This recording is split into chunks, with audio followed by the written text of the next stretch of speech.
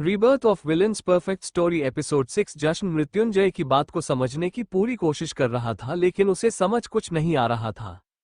मृत्युंजय ने तनु को नीचे उतारा और फिर जश्न की तरफ अपने कदम बढ़ाते हुए बोला, किस सोच में डूब गए मिस्टर ओबरॉय? फिलहाल तो वह बोलिए जो बोलने आए हैं, आलतू फालतू चीजों में अपना दिमाग मत लगाए।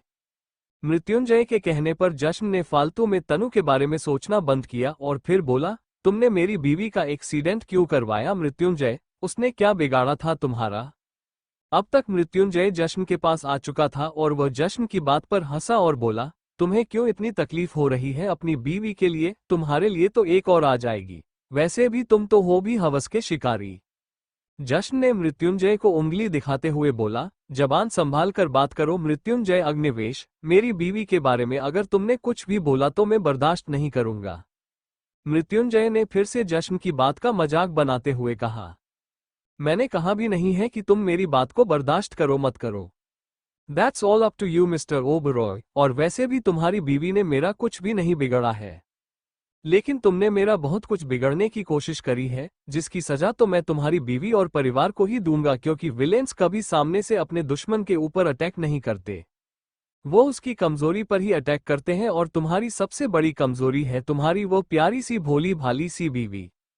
लिटरली शी इज सच अ फूल। जिसने तुम जैसे बेवकूफ इंसान से शादी करी है, तो सोचा उसकी इस बेवकूफी को परमानेंटली खत्म कर देता हूँ, उसे जान से मार डालता हूँ। But she is lucky, accidents ज्यादा खतरनाक नहीं हो पाया, बच गई बेचारी। होश में आ जाएगी 1-2 दिन में और 1 हफ्ते में चलने फिरने लगेगी और 15-20 दिन में वापस से नॉर्मल हो जाएगी। लेकिन उसके बाद का क्या मिस्टर ओबोरोय? क्या उसके बाद तुम्हारी बीवी बचेगी? जश्न बहुत ज्यादा गुस्सा हो चुका था, उसका शरीर कांपने लगा था और उसने गुस्से वाली नजरों से मृत्युंजय को देखते हुए कहा, आज मैं अपनी बीवी के पास नहीं था लेकिन अब मैं हमेशा उसके पास रहूंगा, उसकी ढाल बनकर। और वैसे भी तुम्हारी एक बहुत बड़ी कमजोरी है मेरे पास। मृत्युंजय का चेहरा इस पर सख्त हो गया और वह बोला, मुझे नहीं पता कि तुम्हारे पास मेरी कौन सी कमजोरी है, या तुम मुझे सिर्फ बहकने के लिए ये सब बोल रहे हो, लेकिन तुम्हें पता है कि तुम्हारी सबसे बड़ी कमजोरी अभी मेरी मुट्ठी में है, मेरी गिरफ्त में है, मेरी कैद में है। जानते हो क्या है मेरे पास? वैसे सोच रहा हूं जल्द तुम्हारी उस कमजोरी को तुमसे मिलवा दूं। जश्न इस पर डेविल स्माइल करते हुए बोला, तुम्हारे पास कुछ भी नहीं है, मेरी एक ही कमजोरी है और वह है मेरी बीवी, जो मेरे पास है और मैं उसकी पूरे दिल से हिफाजत करूंगा।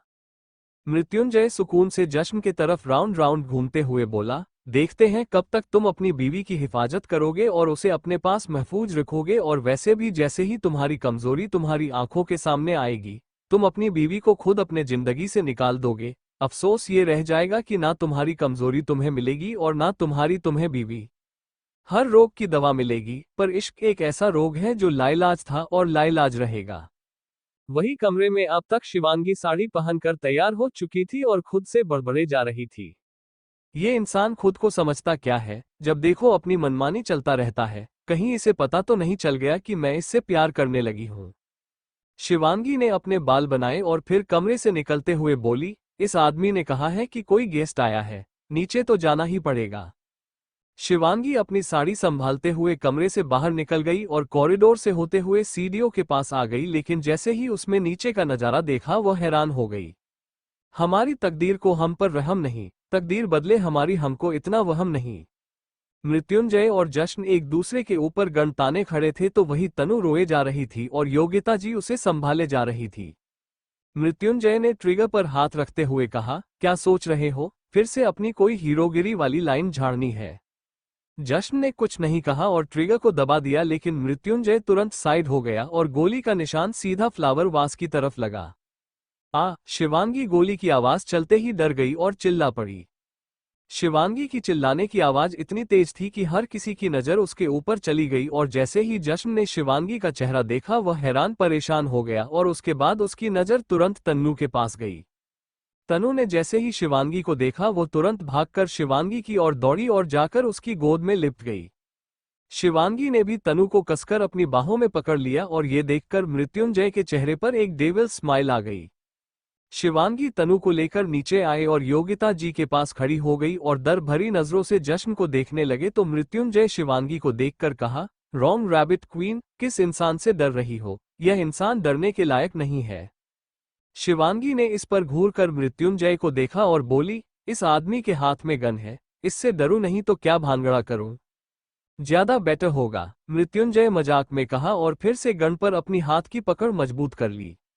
अब मृत्युंजय की गन ने जश्न के फोरहेड को पॉइंट किया हुआ था, लेकिन जश्न का हाथ नीचे लटक रहा था और वह सिर्फ शिवांगी के चेहरे को देख रहा था और कुछ धुंधली यादें उसके जहन में दौड़ने लगी। 5 साल पहले ओबोरोए मेंशन, एक लड़का एक आलीशान कमरे में शर्टलेस होकर औंधे मुंह सो रहा था। दिखने से तकरीबन 21 से 22 साल का था। और यह और कोई नहीं, उस वक्त का जश्न ओबेरॉय था। जश्न लेट हुआ ही था कि उसे किसी के सॉफ्ट हाथों की छुअन अपनी पीठ पर महसूस हुई और वो हल्का सा कसमकसई, लेकिन उसने अपनी आंखें नहीं खोली। वही जो लड़की कब से जश्न को अपने सेडेक्टिव अंदाज में उठाने की कोशिश कर रही थी, वह और कोई नहीं बल्कि एकता थी। एकता ने फिर से अपनी उंगलियां जश्न की पीठ पर चलाना शुरू किया तो जश्न ने एक पिल्लो उठाकर एकता के चेहरे पर मारा और बोला, एकता की बच्ची, भाग जा यहां से और मुझे सोने दे शांति से। एकता इस पर मुस्कुराई और जश्न के ऊपर आ गई और उसकी पीठ पर लेट गई और गर्दन पर अपनी उंगलियां चलते हुए बोली, अरे और कितना सोओगे जश्न बाबू, उठ जाओ, सवेरा हो चला है, सूरज सर चढ़ चुका है, क्यों करते हो इतनी पार्टी की, सुबह के 12 बजे तक सोते रहो। जश्न ने इस पर अपनी आंखें खोली और उठ गया, जिस वजह से एकता उसके ऊपर से गिरकर बेड पर गिर गई और जश्न खड़े होते हुए एकता को देखते हुए बोला, पहली बात तो 12 कभी सुबह में नहीं बजते हैं, दोपहर में बजते हैं, और दूसरी बात, तू यहाँ मेरे कमरे में क्या कर रही है? किसी ने देख लिया ना तो खामका परेशानी हो जाएगी, चल भाग यहाँ से। एकता घुटने के बाल चलकर जश्न के पास आए और उसकी गर्दन में अपनी बाहें डालते हुए बोली, मैं तो चाहती हूँ कि कोई हम दोनों को इतना करीब देख ले ताकि हम दोनों की शादी हो जाए, वरना तुम्हें कहाँ फुर्सत है, तुम्हें तो बस अपनी पार्टी और बिजनेस से मतलब है, कभी यह नहीं कि मुझसे शादी की बात चलाएं अपने घर पर, या फिर यह भी मुझे करना पड़ेगा। जश्न ने एकता के हाथ हटाए और उसे घूर के देखते हुए बोला, तुमसे शादी करने से अच्छा कि मैं जहर खाकर मर जाऊं। जश्न की बात सुनकर एकता के मुंह और आंख खुला का खुला रह गया और जश्न बाथरूम की तरफ जाने लगा। लेकिन इससे पहले कि जश्न बाथरूम में जा पाता, एकता तुरंत उठकर बाथरूम और जश्न के बीच में आ गई और दरवाजे से अड़ते हुए बोली, तुम तब तक अंदर नहीं जाओगे जब तक मुझे आई लव यू नहीं बोल देते। जश्न अपने टॉवल को अपने कंधे पर लटकते हुए बोला, एकता प्लीज स्टॉप दिस नॉनसेंस, जाओ हटो, मुझे नहाने दो, मुझे भूख लग रही है बहुत ज्यादा, मुझे कुछ खाना है और आज तो पता नहीं क्यों मीठा खाने की क्रेविंग हो रही है। एकता इस पर जश्न के पास आए और उसके गर्दन में अपनी बाहें डालते हुए बोली, अरे तो मुझे बोलो ना, मैं देती हूँ तुम्हें मीठा, अपने होठों से प्यारा सा मीठा दूंगी, पर प्लीज मुझसे शादी कर लो ना, नहीं तो देख लेना किसी भी अरे गेरे के साथ शादी कर लूंगी और तुम देखते रह जाओगे। डू फास्ट, मुझे भी न शादी का खाना खाने को बहुत मन कर रहा है, तो अपने पापा से बोलो कि तुम्हारे लिए कोई लड़का ढूंढ दे, जश्न ने इरिटेशन में कहा।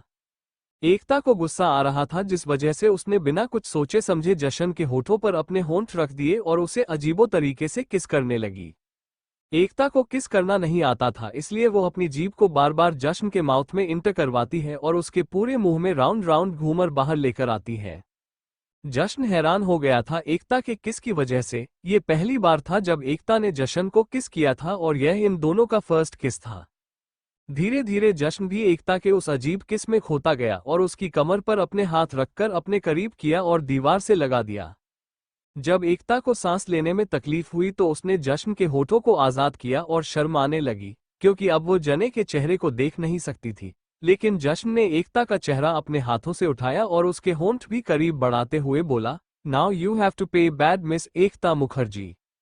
ये सुन एकता एकटक जश्न की आंखों में देखती रही और जश्न ने बिना देरी गवाए एकता के होठों पर फिर से अपने होठ रख दिए और इस बार उसे डीपेस्ट पैशनेट किस करने लगा। लगभग आधे घंटे की उस मदहोश कर देने वाली किस के बाद जश्न ने एकता को छोड़ा और उसके कानों के पास जाते हुए बोला, आज रात में तुम्हें एक एड्रेस भेजेगा, शांति से वहां आ जाना, वरना भूल जाना कि यह जश्न ओबेरॉय तुमसे कभी शादी करेगा और तुम्हारी आंखों के सामने किसी और से शादी कर लूंगा अगर तुम नहीं आए आज रात। और उसके बाद जश्न एकता को छोड़ और बाथरूम में चला गया। एकता बस अपनी नजरें नीचे की हुई शर्म आने लगी। दास्तां तेरी मेरी कितनी अजीब है, पास तू नहीं फिर भी सबसे करीब है। रात का वक्त, क्लब रूम नंबर 96। इस कमरे में फिलहाल एकता और जश्न थे जो साथ में मिलकर डिनर कर रहे थे। जस्ट लीव बिजनेस सूट पहना हुआ था और एकता ने ब्यूटीफुल रेड कलर की साड़ी। एकता का मुंह चढ़ा हुआ था क्योंकि जश्न ने उसे यहाँ पर सिर्फ और सिर्फ डिनर के लिए बुलाया था। एकता खाने का पीस मुंह में लेते हुए बोली, मुझे लगा हमारे बीच कुछ होगा, इसलिए तुमने मुझे यहाँ इतनी दूर क्लब में बुलाया है, लेकिन यहाँ मैं आकर क्या देखती हूँ, candle light dinner. Are you serious? और तुम्हें जगह भी क्लब मिली थी, कोई अच्छी सी डेस्टिनेशन जगह नहीं मिली? जश्न ने भी खाना खाते हुए कहा, शांति से खाना खाओ, डिनर के लिए इतनी दूर बुलाया है उसके लिए कोई थैंक यू नहीं, कोई तारीफ नहीं, बस हर जगह सुनना होता है, और वैसे भी मेरी मीटिंग है यहाँ पर थोड़ी देर बाद, इसीलिए यहाँ पर बुलाया है तुम्हें, डिनर करो और अपने घर जाओ। एकता मुंह चढ़ाते हुए बस खाना खाए जा रही थी। थोड़ी देर में एकता ने खाना खाया और वह पैर पटकते हुए वहां से चली गई। एकता के जाने के आधे घंटे बाद वहां पर कुछ लोग आए और जश्न ने उनके साथ कुछ बिजनेस की मीटिंग्स करी।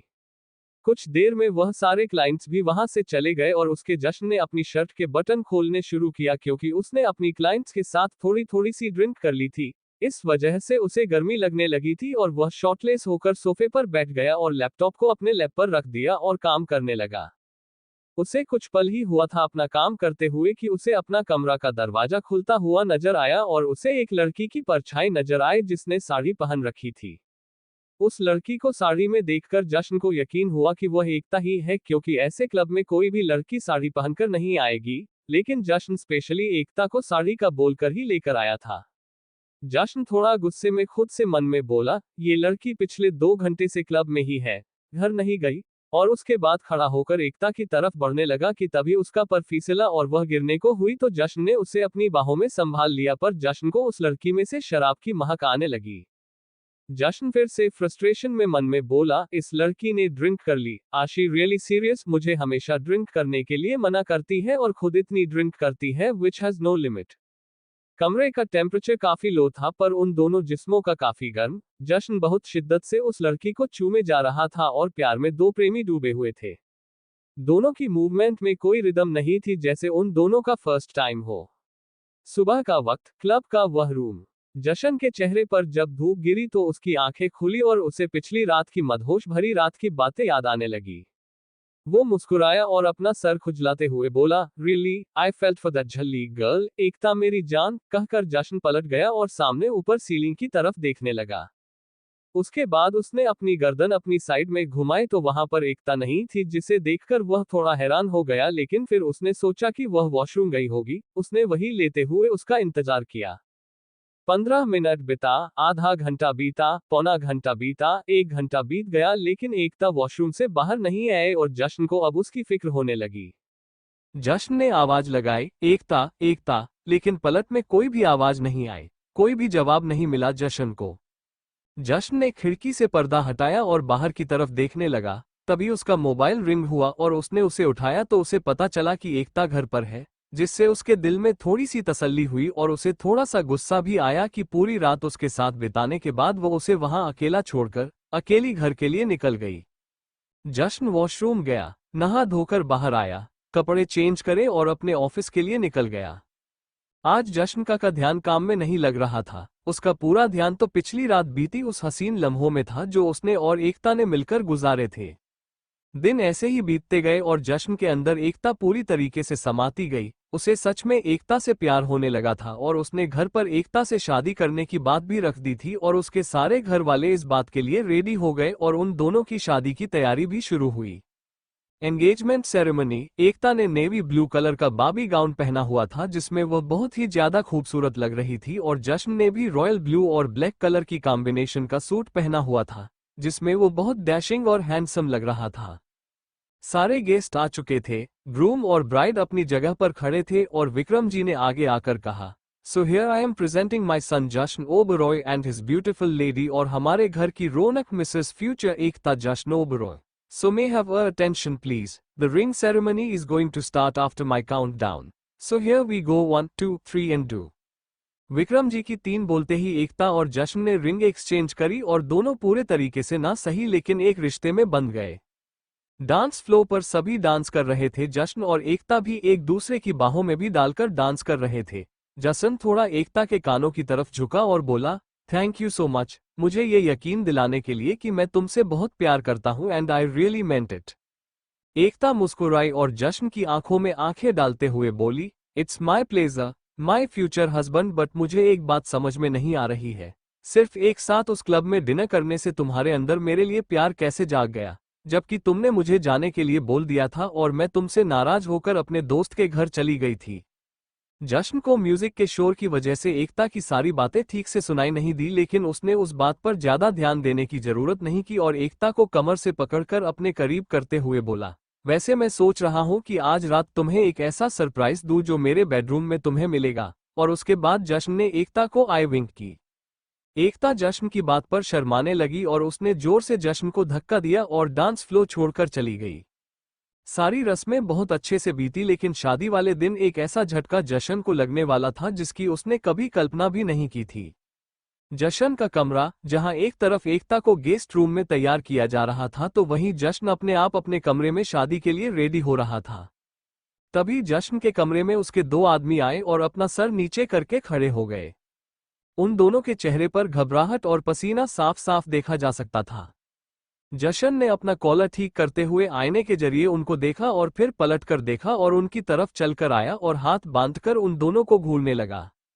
जश्न के उन दोनों के करीब आते ही वो दोनों और भी ज्यादा घबराने लगे। जश्न ने अपनी उसी ऑफिस टोन वाली रोब आवाज में पूछा, ऑफिस का काम छोड़कर यहाँ मेरे घर पर क्या कर रहे हो? तुम दोनों मेरी शादी में अलाउड नहीं हो और तुम दोनों क्या, ऑफिस का कोई भी स्टाफ शादी में अलाउड नहीं है, तो यहाँ क्या करने आए हो? रिसेप्शन आज नहीं 2 दिन बाद है। उन दोनों में से एक ने अपना सर नीचे किए हुए ही कहा, सर गलती हो गई।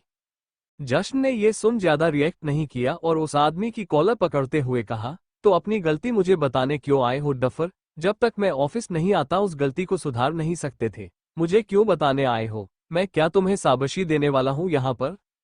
दूसरे आदमी ने बड़ी ही हिम्मत के साथ कहा, सर गलती हमसे नहीं हुई है और ना ही ऑफिस में कोई गलती हुई है। सर वो एक्चुअली बात यह है कि गलती आपसे हुई है। ये सुनते ही जश्न ने उस आदमी का कॉलर छोड़ और दूसरे का कॉलर पकड़ते हुए कहा, क्या बकवास बक रहे हो? मैंने क्या गलती की है? वो आदमी अभी भी घबराए जा रहा था, जिस पर जश्न चिल्लाते हुए बोला, सीधा सीधा बोल रहे हो या फिर मुंह में गोलियां उतार दूं? नहीं नहीं, उस आदमी ने किया और अपने अंदर सारी हिम्मत लाते हुए एक सांस में जश्न को बोला, सर उस रात आप क्लब में एकता मैम के साथ नहीं थे, कोई अनजान लड़की थी आपके साथ। आपने किसी अनजान लड़की के साथ रात बिताई है। उस आदमी की बात सुनकर जश्न के चेहरे का सारा गुस्सा उड़ गया और हैरानी ने उसकी जगह ले ली। उसके बाद उस आदमी ने जश्न को सब कुछ बताया कि क्लब में क्या हुआ था और कैसे एक अनजान लड़की नशे की हालत में गलती से उसके कमरे में आ गई, और तब से लेकर आज तक जश्न को यही लगता रहा कि उस रात उसके साथ एकता थी, ना कि कोई और लड़की। एक ने अपना सर उठाकर जश्न से पूछा, सर क्या आप अब भी एकता मैडम से शादी करेंगे? जश्न अपने कमरे की बालकनी की तरफ गया और एक तक नीचे ग्राउंड की तरफ देखने लगा कि तभी उसके चेहरे पर एक डेविल स्माइल आ गई और उसने उन दोनों को वहां से ऑफिस जाने के लिए कहा। कुछ देर में जश्न को नीचे शादी की विधियों के लिए बुलाया गया और जश्न शांति से नीचे गया। पंडित जी दुल्हन के आने से पहले दूल्हे के साथ जितनी भी विधियों की जाती हैं वो सारी विधियां उसके साथ कर रहे थे। कुछ देर बाद पंडित जी ने कहा, दुल्हन को बुलाए। एकता की बहन गई और एकता को सीडीओ से होते हुए नीचे मंडप पर ले आए। जैसे ही एकता कमरे से बाहर निकली थी और जब तक मंडप तक नहीं आई, जश्न की नजर उस पर से एक सेकंड के लिए भी नहीं हटी। वो सिर्फ एक तक उसके चेहरे और उसके उस लहंगे को देख रहा था। एकता उस लाल रंग के जोड़े में बहुत खूबसूरत लग रही थी। एकता की शादी का जोड़ा और उसकी एंगेजमेंट वाला लुक कमेंट सेक्शन में मिल जाएगा। जश्न मंडप के कोने में आया और उसने एकता का हाथ पकड़ा और उसे लेकर मंडप पर आकर बैठ गया। शादी शुरू हुई, दोनों ने 7 फेरे लिए। जश्न ने एकता के गले में मंगलसूत्र पहनाया और उसकी मांग में सिंदूर भरा और उसके साथ वो सारे वचन लिए जो एक पति अपनी पत्नी के साथ लेता है। शादी में जश्न का असिस्टेंट भी था और उसे भी सारा सच पता था, और बात तो ये थी कि जश्न के असिस्टेंट ने ही उन दोनों आदमियों को जश्न के पास सारा सच बताने भेजा था। वह हैरान परेशान था कि जश्न एकता के साथ सारा सच जानने के बाद भी शादी क्यों कर रहा है, जबकि असल में तो उस दिन जश्न के साथ कोई और लड़की थी और वह रात बिताने के बाद जश्न ने एकता से शादी करने का फैसला लिया था, एक मिसअंडरस्टैंडिंग के चलते। जश्न शादी की सारी रस्म खत्म होने के बाद सीधा बार आया था। उसे अपनी सुहागरात वाली रस्म में कोई भी दिलचस्पी नहीं थी, इसीलिए वो यहाँ बार में आ गया था और उसके साथ उसका असिस्टेंट भी था। वो घर में दुल्हन की तरह सजी हुई एकता कमरे में बेड के बीचों बीच अपने लहंगे को फैलाए हुए जश्न का इंतजार कर रही थी और खुद से ही बोले जा रही थी, ये जश्न कहाँ चला गया? आज इतना बेस्ट मूवमेंट है हमारी लाइफ का और यह है कि कहीं गायब हो गया है। कभी यह आए और मैं इसे सोई हुई ना मिलूं। लेकिन वही जश्न को तो कोई भी दिलचस्पी नहीं थी एकता के साथ अपनी इस मूवमेंट को शेयर करने में। वह तो बार काउंटर पर लगातार शॉट पर शॉट लिए जा रहा था। जशन को धीरे धीरे नशा सा चढ़ने लगा था, जिस पर उसका असिस्टेंट उसको संभालते हुए बोला, सर बस अब आपको और नहीं पीनी चाहिए और घर चलना चाहिए। जश्न ने अपनी लड़खड़ाती हुई आवाज में कहा, मुझे घर नहीं जाना। घर पर मुझे एकता मिलेगी और मैं उसे फेस नहीं कर सकता। मुझे अभी वो लड़की चाहिए जिसने मेरे तन बदन में आग लगा कर रखी है। कमाल की थी वो लड़की। मुझे वो लड़की किसी भी कीमत पर चाहिए, मतलब चाहिए। आई वॉन्ट हर। उसमें कोई नशा है जो मुझ में चढ़ चुका है और मुझे वह नशा हर दिन करना है और उस नशे के लिए मुझे वह लड़की हर दिन मुझे मेरे कमरे में चाहिए। मुझे नहीं पता, मुझे लाकर दो, लाकर दो, लाकर दो। कहते हुए जश्न के कदम लड़खड़ा गई और उसके असिस्टेंट ने उसे संभाला। उसके असिस्टेंट ने कहा, सर वो लड़की आपको कैसे मिल सकती है? वो गलती थी और वह लड़की भी अब तक पता नहीं कहाँ चली गई होगी। जश्न घूरते हुए अपने असिस्टेंट को देखता है और बोलता है, मैं तुम्हें पैसे अपने काम को पूरा करने के देता हूं, ना कि मुझे भाषण देने के।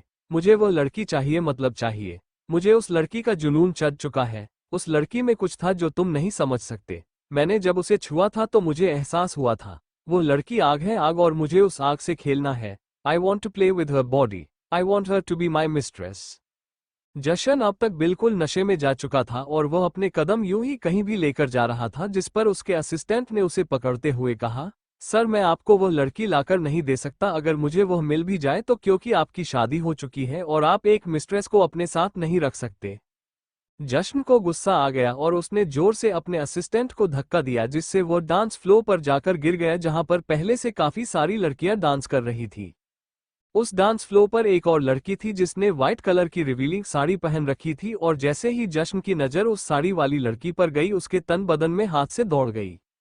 उसे उस लड़की को देखकर उस रात की सारी बातें याद आने लगी और उसने अपने कदम उस लड़की की तरफ बढ़ाई और उसके कंधे पर अपना हाथ रखते हुए पलटा और बोला, hey miss, wanna enjoy with मी।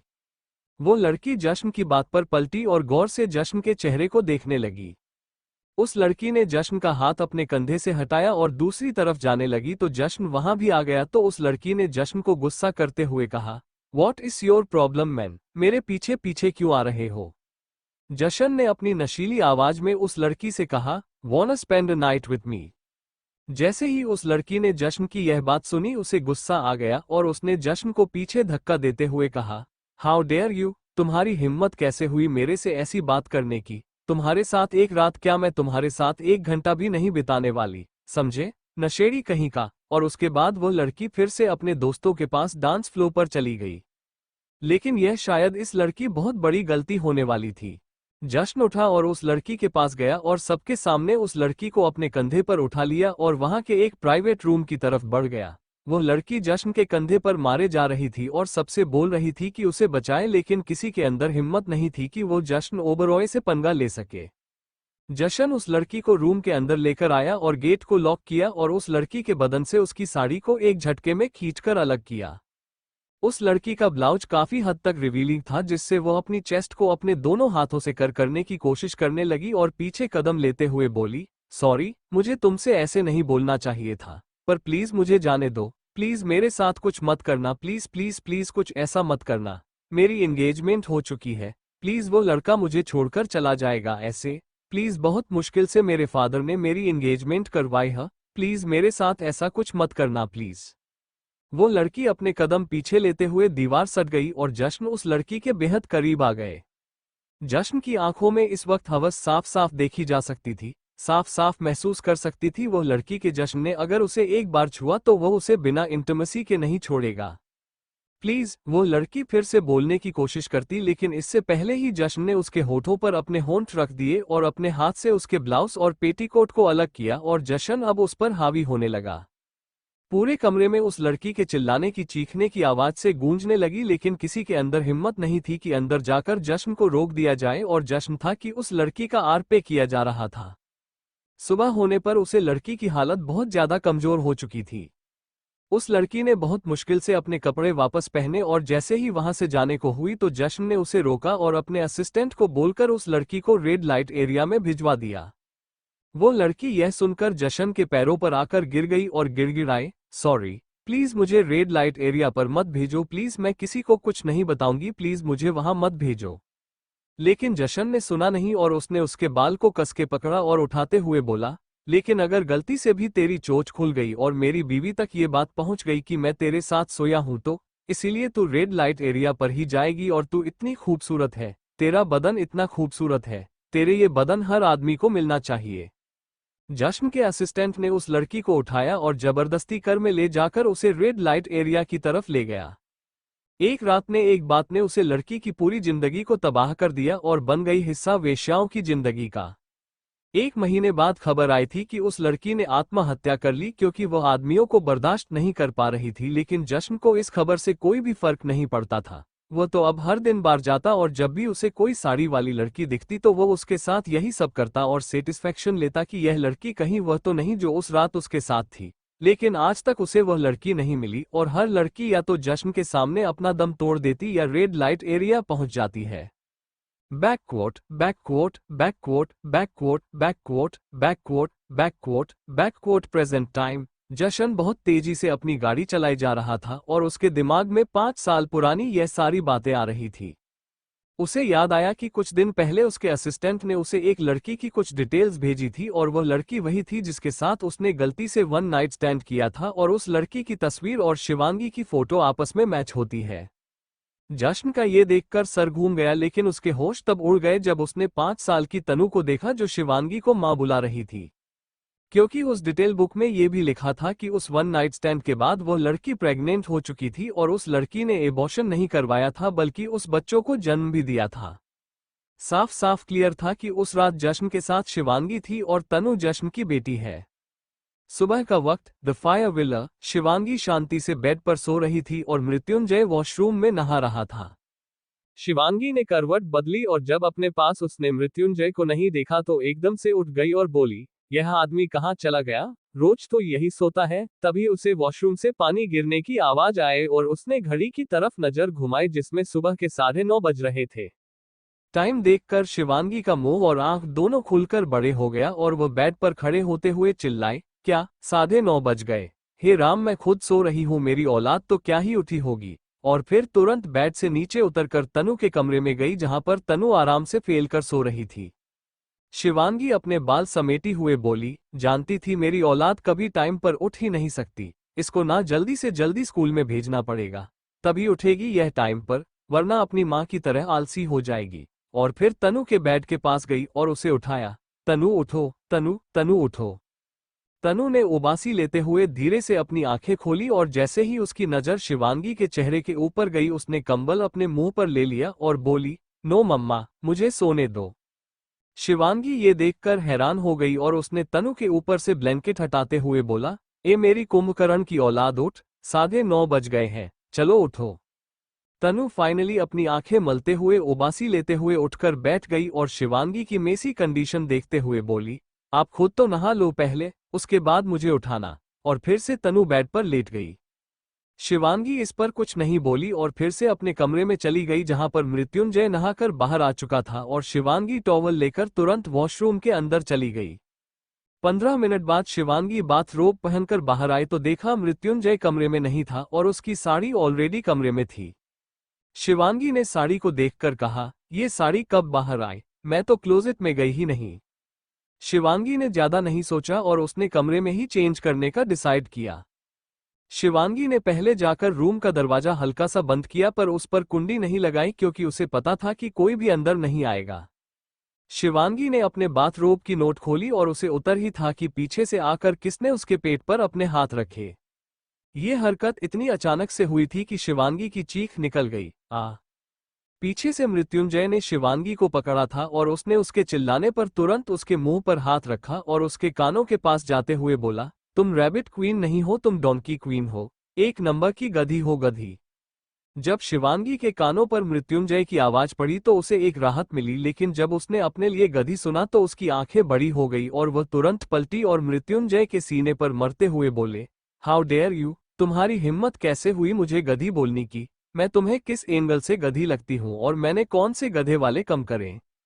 बोलते हुए शिवांगी बार बार मृत्युंजय के सीने पर मारे जा रही थी, जिससे मृत्युंजय अपने कदम पीछे लिए जा रहा था और अचानक से मृत्युंजय का पर कार्पेट में उलझ गया और वह पीछे गिरने को हुआ तो शिवांगी ने तुरंत उसकी पेंट को पकड़कर उसे गिरने से रोका, लेकिन मृत्युंजय इतना भारी था कि वह खुद मृत्युंजय के साथ उसके ऊपर जाकर गिरी। मृत्युंजय नीचे गिरा था लेकिन फिर भी उसे चोट नहीं लगी, लेकिन शिवांगी उसके ऊपर गिरने के बाद चिल्लाई, आ माँ, मर गई माँ। मृत्युंजय का हाथ शिवांगी के कमर पर था और वह उसे अपने और करीब करते हुए बोला, तुम कितनी नौटंकी करती हो ना रैबिट क्वीन, तुम मेरे ऊपर गिरी हो, चोट मुझे लगनी चाहिए और चिल्ला तुम रही हो। इस वक्त मृत्युंजय और शिवांगी का चेहरा एक दूसरे के बहुत करीब था, सिर्फ 2 उंगली का फर्क था उन दोनों के होठों को एक दूसरे के होठों से मिलने में। शिवांगी धीरे से अपने होंठ खोलते हुए बोली, हाँ तो गिरी तो हूं ना मैं और मेरे हाथ पर लग गई है। मृत्युंजय ने इस पर शिवांगी की पीठ को सहलाते हुए बोला, कपड़े नहीं पहनोई तो चोट ही लगेगी। मृत्युंजय के बोलते ही शिवांगी को एहसास हुआ कि उसने अपना बाथरोब निकला हुआ है और उसने फिलहाल कुछ भी नहीं पहना, जिसे सुन उसका मुंह खुल गया और चेहरा टमाटर की तरह शर्म से लाल हो गया और वह तुरंत मृत्युंजय से दूर होने को हुई तो मृत्युंजय वहीं नीचे जमीन पर ही उसे लेकर पलट गया। मृत्युंजय अपने अंगूठे से शिवांगी के होठों को दबाते हुए बोला, अब तो तुम मेरे कब्जे में आ चुकी हो रैबिट क्वीन, अब नहीं भाग सकती। वैसे भी कल तुमने बड़ी ही चालाकी से मुझे अपना पीछा छुड़ा लिया था, लेकिन आज कौन बचाएगा? आज तो तुम्हारी वो बेटी भी नहीं है। शिवांगी इस पर रुआशी हुआ चेहरा बनाते हुए बोली, देखो तुम मेरे साथ अभी कुछ भी नहीं कर सकते, सुबह का वक्त है। मृत्युंजय धीरे धीरे शिवांगी के होठों की तरफ बढ़ते हुए बोला, तो यह क्या कहीं लिखा हुआ है कि सुबह के वक्त रोमांस नहीं किया जाता? शिवांगी कुछ नहीं बोल पाए क्योंकि मृत्युंजय अपने होठ शिवांगी के होठों पर रख चुका था और उसे चूमने लगा था। धीरे धीरे शिवांगी की आंखें अपने आप बंद हो गई और मृत्युंजय ने उसे अपनी बाहों में उठाकर बेड पर ले आया और उसे बिठा दिया और अपने हाथ उसके साइड में रखकर उसके ऊपर बैंड होकर उसे और भी ज्यादा शिद्दत से किस करने लगा। शिवांगी की आंखें बंद थी लेकिन मृत्युंजय की आंखें खुली हुई थी। मृत्युंजय ने साइड में रखे हुए शिवांगी के कपड़े उठाए और सबसे पहले शिवांगी के इनरवियर उसे पहनाया और फिर उसके ब्लाउज को उसे पहनाया और शिवांगी शांति से अपने हाथ हिलाई जा रही थी जिस तरीके से मृत्युंजय उसे करने को कह रहा था। जिस तरीके से मृत्युंजय उसके हाथों को मूव कर रहा था शिवांगी बिल्कुल वैसे ही मूव कर रही थी। वो कुछ नहीं बोल रही थी क्योंकि उसके होंठ तो मृत्युंजय ने अपने होठों से बंद किए हुए थे। उसके बाद मृत्युंजय ने उसे उठाया और दीवार से सटा दिया और फिर उसकी साड़ी को उठाकर उसे भी शिवांगी को पहनाया। जब तक मृत्युंजय ने शिवांगी को उसके कपड़े नहीं पहना दिए मृत्युंजय ने उसके होठों को नहीं छोड़ा। Thank you for listening. मुझे उम्मीद है आपको ये स्टोरी पसंद आई होगी। अगर आपको पसंद आए है तो प्लीज लाइक और कमेंट करना ना भूलें और मोर स्टोरीज के लिए सब्सक्राइब करें। मिलते हैं नेक्स्ट वीडियो में।